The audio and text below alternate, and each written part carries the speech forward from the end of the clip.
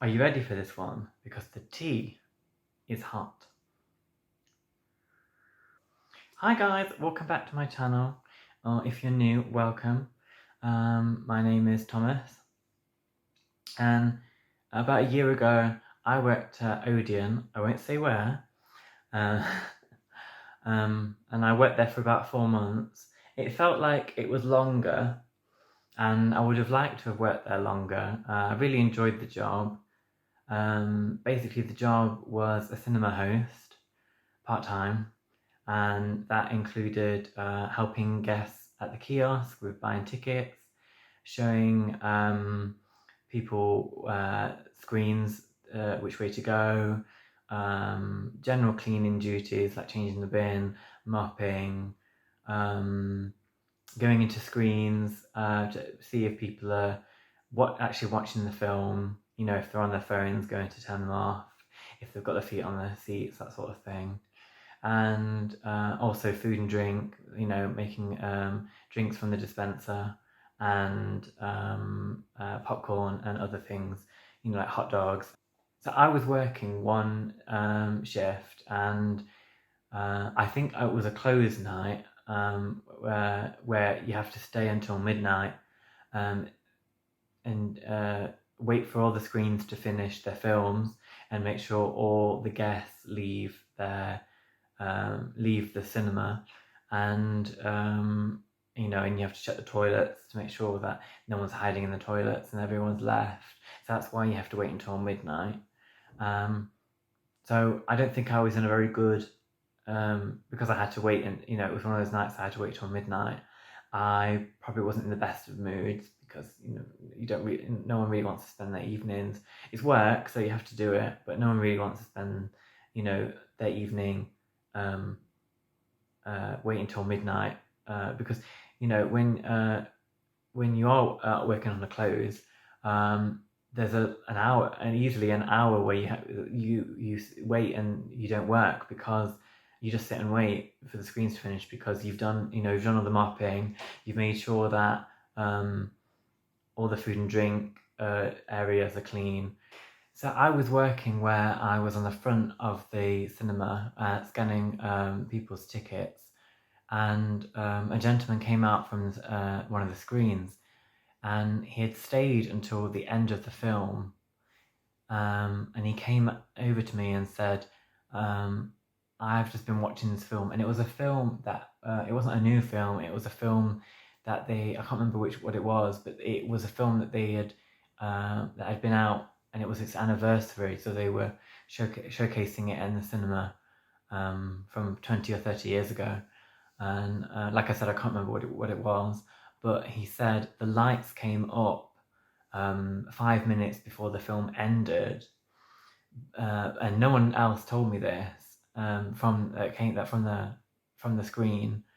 So no one else came out to tell me, and he was the only one to say anything, and he had waited to the end of the film to say something, and I naively said, well, I'm really sorry about that, but there's nothing we can do about that now that the film is finished.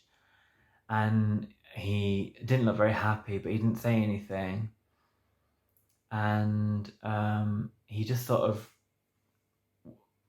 looked disappointed and walked off, and he didn't ask to see a manager, and I naively didn't think to ask on the radio for a manager to come over and to discuss the situation further. And it's something that I regret, because in those situations, I'm just the cinema host. She's a part-time role, and whenever there is a customer query, situation, issue, problem, that's when you call over a manager.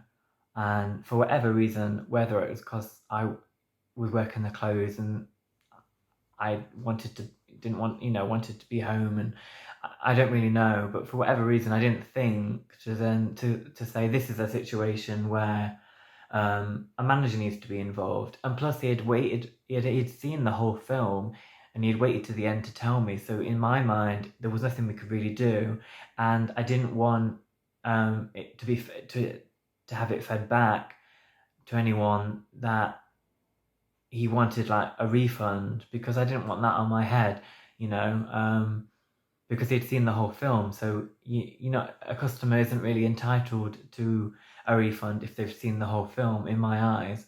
But I never said anything, and it's actually not my place to say anything. It's a manager's place. And so the gentleman, long story short, weeks later sent in an email to the customer complaints, and my cinema found out. Of course, it was me that was working that night, and I got called into meetings. The meetings had to be transcribed.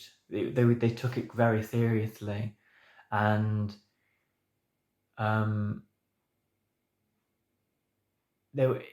it was very like accusatory, because I was put in a situation where they were asking me like, why didn't you ask for a manager? And they were writing down the situation, and I had to tell it word for word.